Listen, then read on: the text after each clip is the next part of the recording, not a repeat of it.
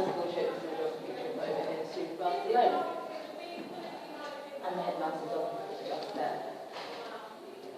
So we're going to move from the front of the school now through to the building in the middle of the school, the atrium building, and we're going to go past a few other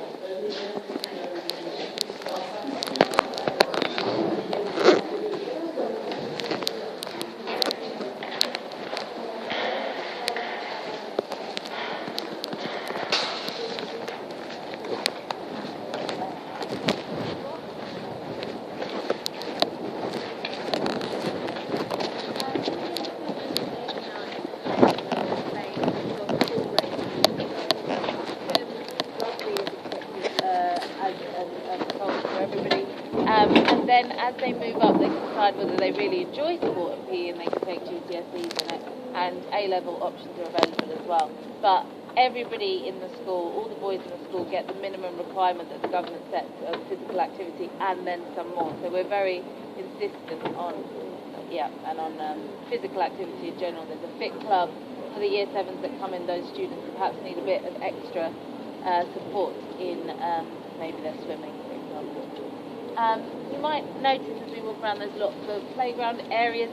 Our playgrounds are separated into year groups, which we find kind of fits with the ethos of the school, which is that it's structured time to enjoy yourself rather than mixing across year groups, which might cause problems in other ways. So there's year 7 playground, year 8 playground, etc. So let's go through.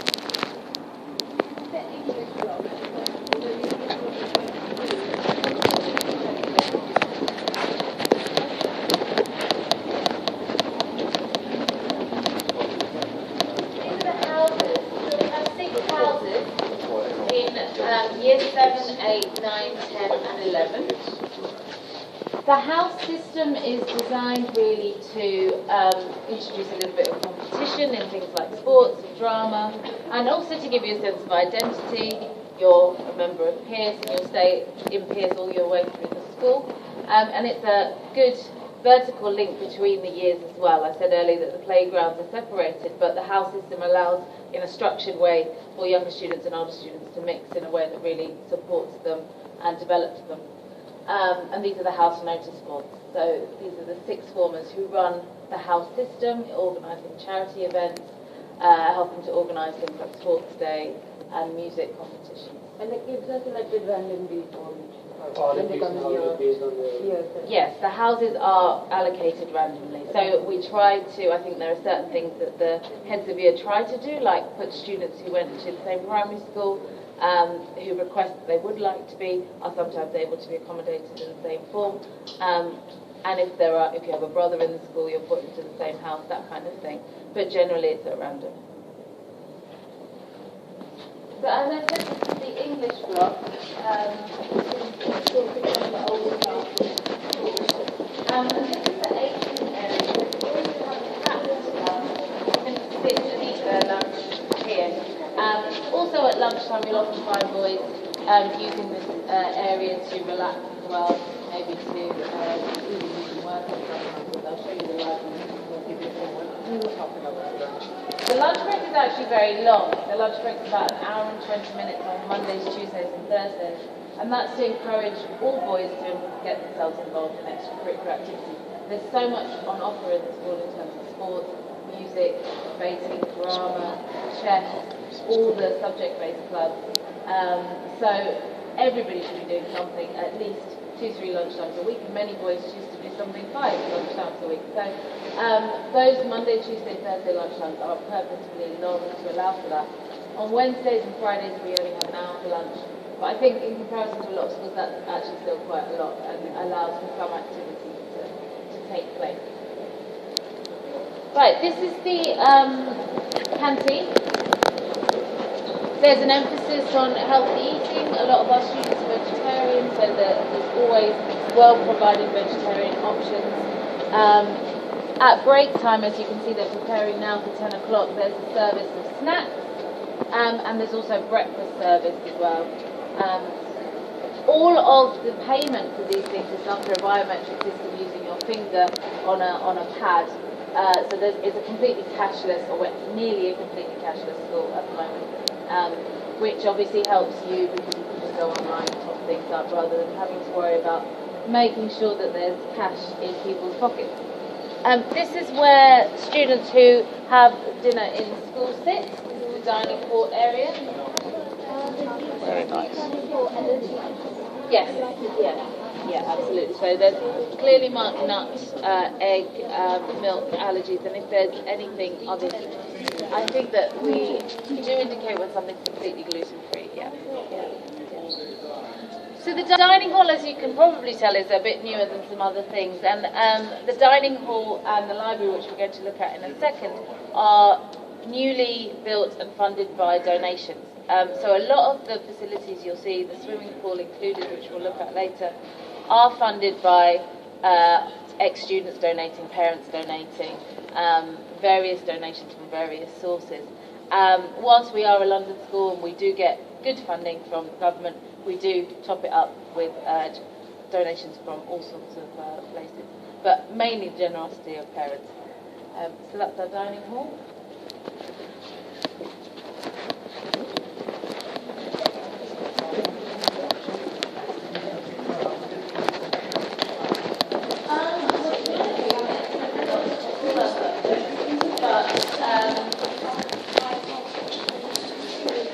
I guess our maths results and science results particularly good. It tends to be a subject that they're very interested in doing at A level, for example. So perhaps there is some strength in that area, but really our results are pretty excellent, as you'll see in the perspective in all areas. This is the sixth form cafe. So there's no sixth formers in here at the moment, which probably shows you how hard they work, but they are allowed to use it whenever they want, and it is a working space, but it is a loud working space, so they would expect to hear people talking, and they can relax there. Whereas when we go upstairs to the library, sixth formers have access to that also all day, but they have to be silent in there, so it's a silent working environment. Again, all funded through donations, but really important facilities that make a big difference.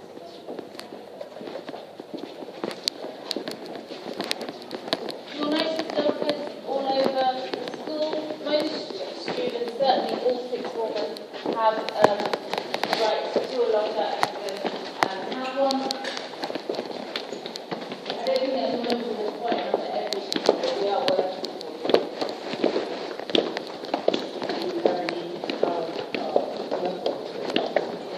Yeah, we have a huge range of activities, both lunchtime and after school.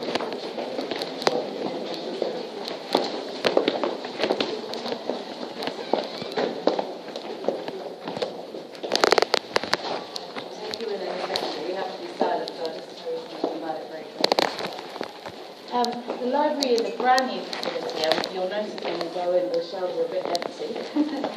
So we're filling them up as we speak. You'll notice sixth formers hard at work. The year 13s at the moment are preparing for university interviews and application tests and all these things. They're very stressful for them. And the year 12s are starting their new A-level courses, and you see them in there doing their homework and that sort of thing. Lower school students are allowed to go to the library at break times and lunchtimes and borrow whatever they want and work in there. But it's a silent working environment. So as we walk through, if I could ask you to be quiet, this gentleman was asking about clubs and activities. Yeah, after school activities tend to be the activities which are less led by teachers and more outside services. So for example, we offer Lambda, which is a public speaking certificate, but that's provided by an external tutor and parents pay her to provide that. Also we have fencing lessons, And again, that's provided by an external fencing instructor, and so it's paid for separately. Whereas everything that's provided at lunchtime is done by teachers and is part of this. Those are not mandated, those are optional. Exactly. Can I just So for the, sorry, you go on. the school day, when does it start and how long do after school activities run? Just so, because a lot of the children will be travelling quite a fair distance to get here, Yeah. and you know the logistics of travel to and from school Absolutely. need to be considered. Yep, definitely. We have a coach service, so that helps with a lot of the problems of leaving late, but often the after-school activities go on until about 5:30. There is a late coach service around that time, so there's a regular one at 3:35 when school ends, and then a late one. The students who take public transport or who use other means, obviously, they then have to organise themselves. But I think a high percentage of our students use the coach service. I'm not sure exactly what it is, but it's around half. Sorry. Yeah, I was asking, as far as sports is concerned, so do you have any indoor facilities for basketball or? Yes, we have a school gym, which is the next thing to be upgraded, but we do have that for basketball at lunchtime. In fact, sixth formers are allowed to use that for basketball anytime that it's free as far as I'm aware. The younger kids? And the younger students have more organised needs with a teacher because they have to be supervised. Anything else? Where can I get more information about travel? About the coach services, I think that's only communicated once places offered. Yeah, about the coach services. You might be able to find something online, but Yeah, because something I need to get like this travel. Yeah, sure. I would speak to the school office about that. I certainly don't know the ins and outs of the coach service. Shall we walk through? So if I could ask you to